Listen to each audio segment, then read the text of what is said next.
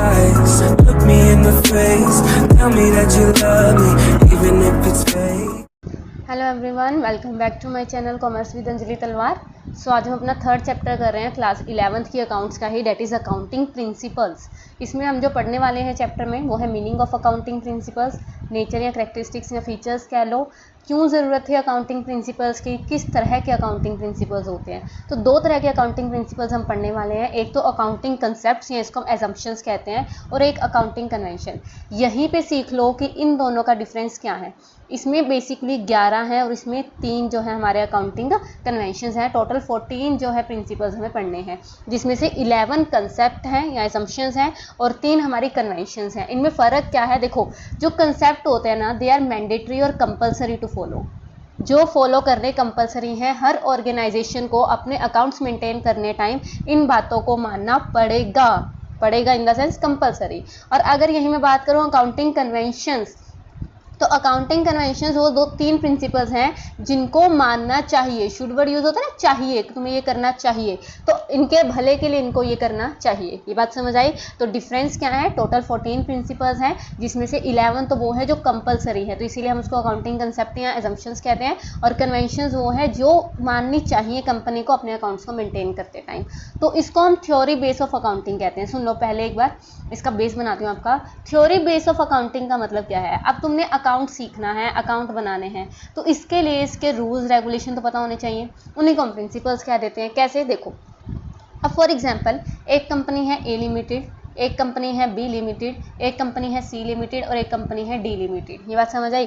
आपको as an investor किसी एक कंपनी में इन्वेस्ट करना है। फॉर एग्जांपल 5 लाख रुपीज़ आपके पास सेविंग पड़ी है और आपको इनमें इन्वेस्ट करना है, तो कौन सी कंपनी में इन्वेस्ट करोगे, कैसे पता लगेगा, इनको कंपेयर करके। क्या करोगे, इनको, इनके अकाउंट्स को, इनकी अकाउंटिंग इन्फॉर्मेशन, लास्ट टाइम हमने पढ़ा ना, लैंग्वेज ऑफ बिजनेस क्या है, लैंग्वेज ऑफ बिजनेस है अकाउंट्स, तो इनके अकाउंट्स को कंपेयर करके आप क्या करोगे, आप बेस्ट कंपनी को चूज करोगे, उसमें पोर्टफोलियो बनाओगे अपना, उसके अकॉर्डिंग इसको क्या करोगे, इन्वेस्टमेंट करोगे। ये बात समझ आई, ठीक है। अब इसको कंपेयर तो तभी करने का फायदा है अगर इन सब ने अकाउंट्स एक ही तरीके से बना रखे हैं। किसने तरीके से, सेम वे से अकाउंट्स बना रखे हैं। अगर इन्होंने अकाउंट ही अलग अलग बना रखे हैं तो कंपेयर कैसे पॉसिबल है।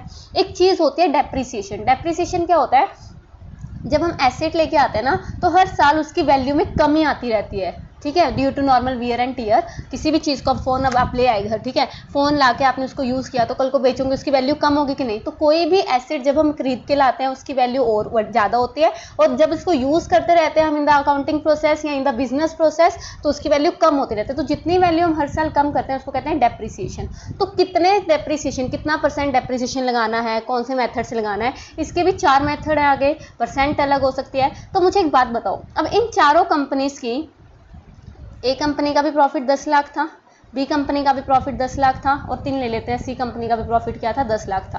अब इन्होंने डेप्रिसिएशन चार्ज किया, डेप्रिसिएशन फॉर एग्जांपल इसने 1 लाख चार्ज किया किसी एक मेथड से, इसने 2 लाख चार्ज कर दिया सेम एसेट सेम चीज़ पे, और इसने 50,000 चार्ज कर दिया। तो मुझे इससे क्या पता लगा कि इसका प्रॉफिट जो शो हो रहा है वो 9 लाख का हो रहा है कंपनी का, इसका 8 लाख का और इसका 9.5 लाख का। तो इसके अकॉर्डिंग तो मुझे इसका प्रॉफिट सबसे ज़्यादा लग रहा है, जबकि ये सही नहीं है, क्योंकि प्रॉफिट तो सबने सेम कमाया है, जबकि उन्होंने डेप्रिसिएशन का तरीका अलग अपनाया है। ये बात समझ आई, ठीक है। तो प्रिंसिपल्स क्या है, कहता है कंपेयर करने के लिए हमें जब अकाउंट्स को कंपेयर करना है तो ये जरूरी है कि हर पर्सन सेम तरीके से अकाउंट बनाए। तो उन्हीं को हम क्या कहते हैं, प्रिंसिपल्स, रूल्स रेगुलेशन बनाए गए ताकि कल को ये कंपेरिजन ईजी हो जाए, ठीक है। सो थ्योरी बेस ऑफ अकाउंटिंग में क्या आएगा, theory base of accounting consist of principles, concept, conventions, rules, guidelines, ठीक है, जो एक पीरियड ऑफ टाइम, लंबे समय से लोगों ने अपनाई है, ठीक है, यूनिफॉर्मिटी और कंसिस्टेंसी के कारण, ताकि उसकी जो यूटिलिटी है वेरियस यूजर्स की वो इंक्रीज हो सके। और ये अकाउंटिंग स्टैंडर्ड्स कौन इशू करता है, आपको याद रखना है, the institute of chartered accountant of India. अपने यहाँ पे एक बॉडी है ICAI, institute of chartered accountant of India.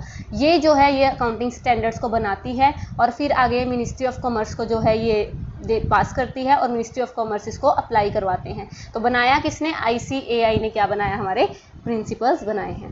तो प्रिंसिपल्स होते क्या हैं, देखो पहले क्या होता था, जब अकाउंटिंग स्टेटमेंट ज़्यादा ज़रूरत नहीं होती थी, लोग नॉर्मली याद रखते थे, है ना, ज़्यादा लोग नहीं होते थे, तो नॉर्मल सा काम चलता था। लेकिन अब जो है ज़रूरी हो गया कि हर स्टेटमेंट को प्रिपेयर किया जाए, और जो स्टेटमेंट्स प्रिपेयर करते हैं उसको यूनिफॉर्म मतलब सेम रूल्स रेगुलेशन से फॉलो किया जाए। तो जब हम सेम रूल्स यूज़ करें तो उस रूल्स को हम क्या कहते हैं, गैप। गैप क्या होता है, general accounting accepted accounting principles. Gap क्या है, वो रूल्स जो लोगों ने एक्सेप्ट किए हैं और अपने अकाउंट्स वो इसके थ्रू बनाएंगे। ये principles have been generally accepted by, wait for a while, so these principles have been generally accepted by accountants all over the world as a general guideline for preparing the accounting statement। तो इसीलिए over a course of period of time from usage, reason, common existence, historical reasons, ठीक है, professional bodies ने बनाए हैं। तो principles basically क्या है, principles generally accepted accounting principles हैं, जो लोगों के रूल्स रेगुलेशन है कि सारी जितने भी all over the world accounts बन रहे हैं वो इन्हीं रूल्स को फॉलो करके बनेंगे। अब एक बात ध्यान रखना, एक इंडियन अकाउंटिंग स्टैंडर्ड होते हैं और एक IFR international foreign regulation standards होते हैं, ठीक है। तो जो इंडियन अकाउंटिंग स्टैंडर्ड है वो हमने इंटरनेशनल के बेस पे ही बनाया है, लेकिन इंडिया की सिचुएशंस को ध्यान में रख के, तो ये ज़्यादा टेंशन लेने की ज़रूरत नहीं है। तो अब फीचर्स क्या हुए अकाउंटिंग प्रिंसिपल्स के, accounting principles uniform set of rules and regulations है, हमने पढ़ी लिया। Accounting principle uniform set of rules and guidelines है जो यूनिफॉर्मिटी और easy understanding of accounting information के लिए यूज़ किया जाता है।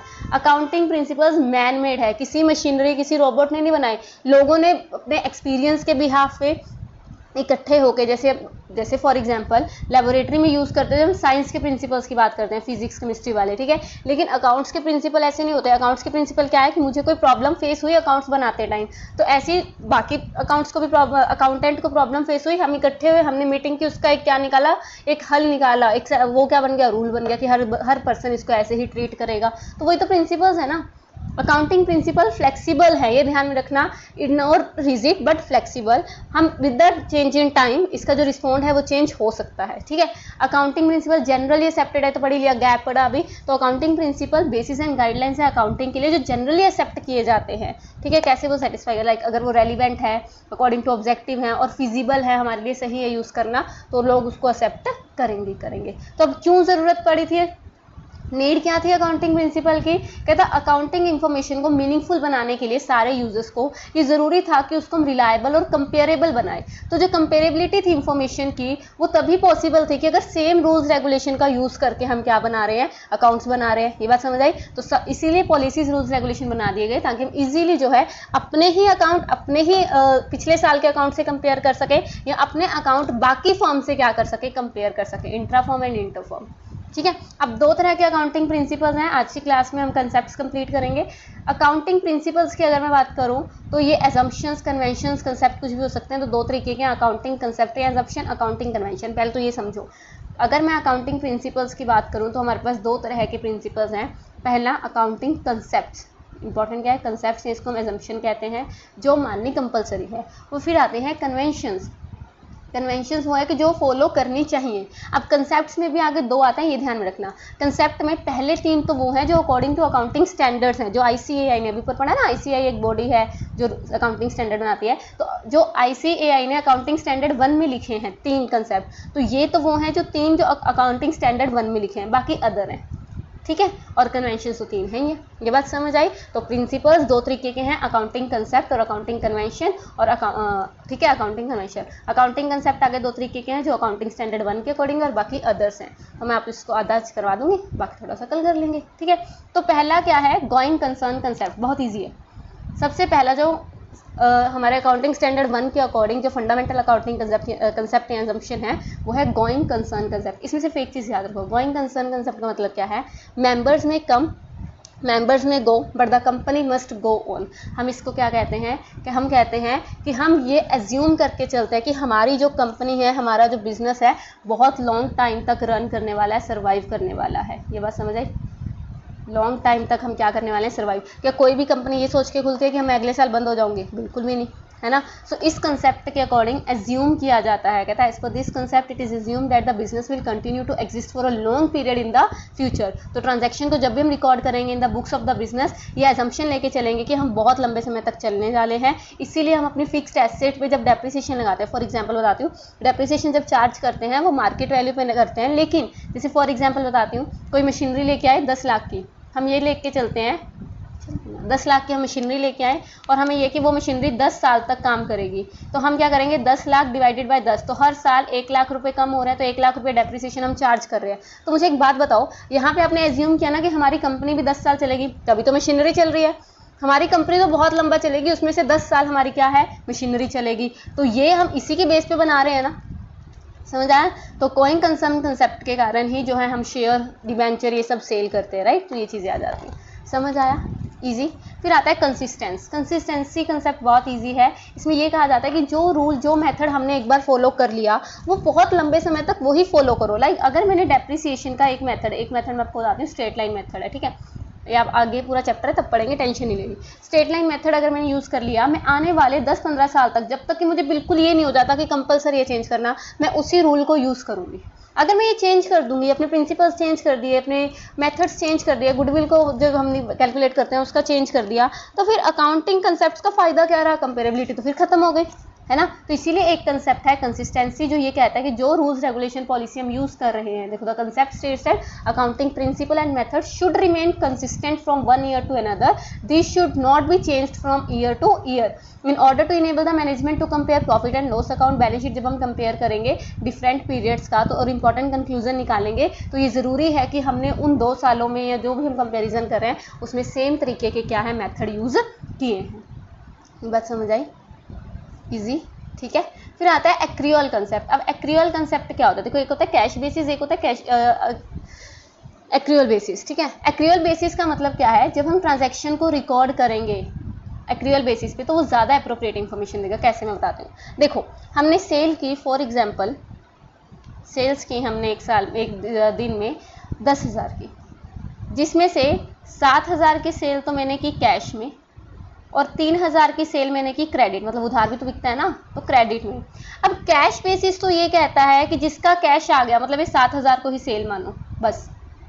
लेकिन एक्रियल बेसिस क्या कहता है कि कैश रिसीव हुआ या नहीं हुआ, सेल तो हमारी हुई, कल को हो जाएगा, राइट। तो इसको भी सेल तो हुई, गुड्स तो हमारे गए, स्टॉक तो गया, तो इसको भी क्या मानो, सेल मानो। तो यही है एक्रियल कंसेप्ट कि कैश रिसीव हुआ नहीं हुआ, कैश पे किया नहीं किया, लेकिन जो खर्चा है ड्यू हो गया है या जो पेमेंट आनी है ड्यू हो गई है, उसको हमें रिकॉर्ड करना है while maintaining our accounts.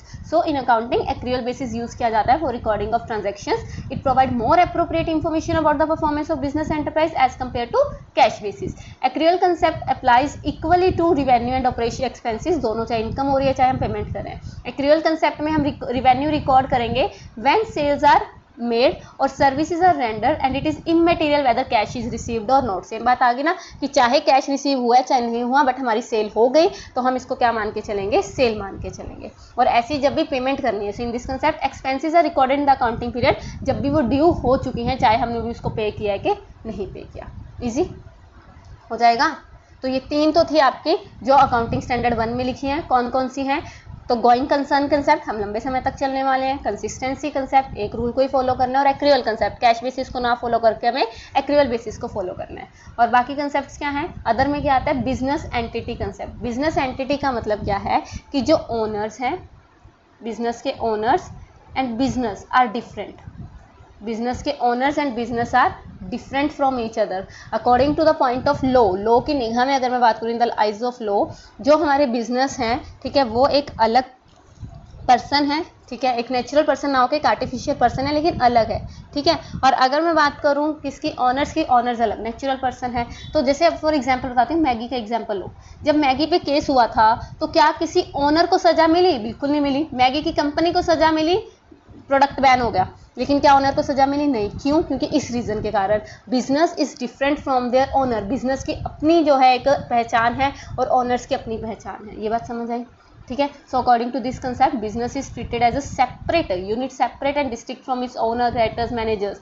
In other words, जो ओनर है बिजनेस के, उसको हम एक डिस्टिंक्ट अलग मानेंगे, separate from the business he owns. Business unit should have a completely separate books of accounts, और हम उसको रिकॉर्ड करते हैं business transaction from the view point of business. ये बात समझ आई, ईजी है, ठीक है। फिर आता है मनी मेजरमेंट कंसेप्ट। ज़्यादा टेंशन लेने की जरूरत नहीं है, जितना करवा रही हूँ वो करते रहो साथ साथ। Money measurement concept, money measurement concept क्या कहता है? मनी मेजरमेंट कंसेप्ट कहता है कि जो चीज़ें मनी में मेज़र हो सकती हैं सिर्फ वही हम लिखेंगे किसमें, अकाउंट्स में। फॉर एग्जांपल बताती हूँ, कभी भी आपको ये नहीं लिखना कि हमारे पास 5 फर्नीचर्स पड़े हैं, हम हमेशा लिखते हैं फर्नीचर्स 5 लाख, तो किसमें लिखा हमेशा हमने, मनी में। तो जो चीज़ें मनी में कन्वर्ट हो सकती हैं उसको मनी की वैल्यू में ही हम क्या करेंगे, रिकॉर्ड करेंगे। So only those transactions and events are recorded in accounting which are capable of being express in terms of money. एक इवेंट चाहे वो कितना भी इंपॉर्टेंट है उसको हम बुक्स ऑफ अकाउंट्स में नहीं शो करेंगे अगर वो मनी के टर्म्स में मेजर नहीं हो सकता। कोई क्वेरल हो गया between the production manager, sales manager, या कोई स्ट्राइक हो गई, कोई मैनेजर छोड़ के चला गया एक्सपीरियंस, तो उस चीज़ को हम रिकॉर्ड नहीं कर सकते। ईजी करोगे ये? चलो आज ये कर लो, थोड़ी सी रह गया वो मैं आपको कल करवाती हूँ या फिर 1-2 करवा दूँ। चलो 1-2 करवा देती हूँ, ये 2 और कर लेते हैं, ठीक है।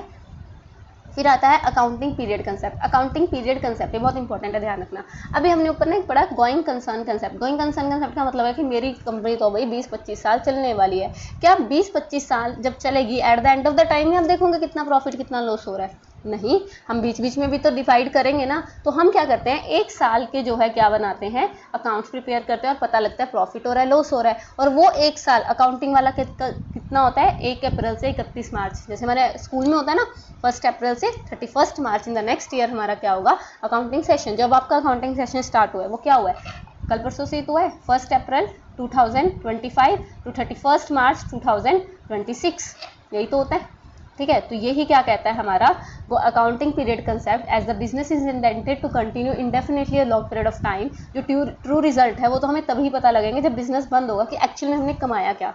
लेकिन बीच बीच में अब इतने टाइम तक ये तो हम पता ही नहीं करेंगे चल क्या रहा है, तो बीच बीच में हम क्या करेंगे, अपने रिकॉर्ड्स मेंटेन करते रहेंगे और फाइनेंशियल स्टेटमेंट्स बनाते रहेंगे छोटे टाइम इंटरवल में, जिसको हम यूजुअली 12 मंथ का इंटरवल लेके चलते हैं, ठीक है। और 12 मंथ कौन से हैं, वो 1 अप्रैल टू 31 मार्च। ईजी है, बहुत ईजी है। फिर आ गया कॉस्ट कंसेप्ट और हिस्टोरिकल कॉस्ट कंसेप्ट। अब ये क्या है, अभी मैंने आपको एक चीज़ बताई, क्या था, जो भी हमें एसेट्स लिखनी है। अब मुझे एक बात बताओ, मैंने एसेट ली 5 लाख की, मैंने कोई एसेट मशीनरी वगैरह ली 5 लाख की, जिसमें से मैंने 50,000 का डेप्रिसिएशन माइनस करके आज उसको 4.5 लाख की शो कर दिया। ये बात समझ आई? अब हो सकता है वो मार्केट में 4 लाख की ही हो, या हो सकता है वो मार्केट में 5 लाख की हो अभी भी, तो वो कम या ज़्यादा भी हो सकते हैं। लेकिन हम उसको जब लिखते हैं बुक्स ऑफ अकाउंट में, वो हम अपने हिस्टोरिकल बेस मतलब कॉस्ट बेस पे लिखते हैं कि जितने की हमने चीज़ ली थी हम उसी के अकॉर्डिंग ही उसको क्या करेंगे, मेंटेन करके चलेंगे। इसी को हम क्या कहते हैं, हम मार्केट वैल्यू को ना लिखकर हम किसको लिखते हैं, अपने हिस्टोरिकल कॉस्ट को। So according to this concept, कोई भी एसेट है उसको हम रिकॉर्ड करेंगे in the books of account उस प्राइस पे जिसमें हमने उसको परचेज किया है। This cost becomes the basis of all subsequent accounting for the asset, ठीक है। तो ये चीज़ आ जाती है। अगर एक बिजनेस ने एक बिल्डिंग ली है 20 लाख की, तो उसको बुक्स में कितना लिखेंगे, हम 20 लाख का लिखेंगे, चाहे उसकी मार्केट वैल्यू 6 लाख रहेगी है या 7 लाख रहेगी है। समझ आया? ठीक है। सो एसेट को उनके एक्विजिशन प्राइस पे दिखाएंगे और थोड़ा बहुत उस पर डेप्रिसिएशन चार्ज करते रहेंगे। इसका रीज़न क्या क्या है, जस्टिफिकेशन इसने क्या दी कि क्यों हम हिस्टोरिकल कंसेप्ट को मानते हैं, right. So the cost is objectively verifiable because the cost according to the books is derived from actual transaction. एक तो वो वेरीफाइबल है, हमारे पास बिल पड़ा कि हमारी को एसेट इतने की आई थी, और उसके बाद हम जब लॉन्ग टर्म की बात कर ही रहे हैं तो हम लॉन्ग टर्म के अकॉर्डिंग चल रहे हैं, तो उसमें से काम से ही चलेगा। इसका मार्केट वैल्यू या करंट वैल्यू जो है चेंज होती रहती है और उसको डिटरमाइन करना बहुत मुश्किल हो जाता है, ठीक है। मार्केट वैल्यू वही है, टाइम टू टाइम चेंज हो जाएगी और एक्सट्रीमली डिफिकल्ट है उसको ट्रैक करना, वही चीज़ आ जाएगी। लेकिन ड्रॉबैक क्या है, कहता अगर एसेट में कोई भी रिकॉर्डेड नहीं है तो एक favourable location, brand name, reputation, knowledge, technology, ये सब क्या है, अनरिकॉर्डेड रह जाती है, चाहे वो वैल्यूएबल एसेट्स हैं, ठीक है। और ड्यूरिंग पीरियड्स ऑफ इन्फ्लेशन जो नेट प्रॉफिट है, प्रॉफिट एंड लॉस अकाउंट में दिखाया गया है, वो हम क्या कर देते हैं, कम दिखा देते हैं डेप्रिसिएशन के कारण। और इन्फॉर्मेशन जो है वो हो सकता है मैनेजमेंट को इतनी यूजफुल ना रहे। ईजी है, ज़्यादा टेंशन लेने की जरूरत नहीं, बस मीनिंग याद करो, ठीक है, हो जाएगा। इसको कीजिए। हमने क्या किया, हमने एक तो पढ़ा कि अकाउंटिंग प्रिंसिपल्स होते क्या है, 2 तरह के होते हैं, कन्वेंशंस और कंसेप्ट। कंसेप्ट में आगे 2 होते हैं, अकाउंटिंग स्टैंडर्ड 1 के अकॉर्डिंग ये 3 पढ़े और बाकी आगे पढ़े, ठीक है। नीड क्या थी, क्या इसकी हिस्ट्री है, कौन बनाता है, ICAI बनाता है, वो चीज़ें हमने पढ़ लिया। जो चैप्टर रह गया वो मैं आपको कराऊंगी नेक्स्ट क्लास में। तब तक के लिए thank you so much. Tell me pretty lies, look me in the face, tell me that you love me, even if it's fake.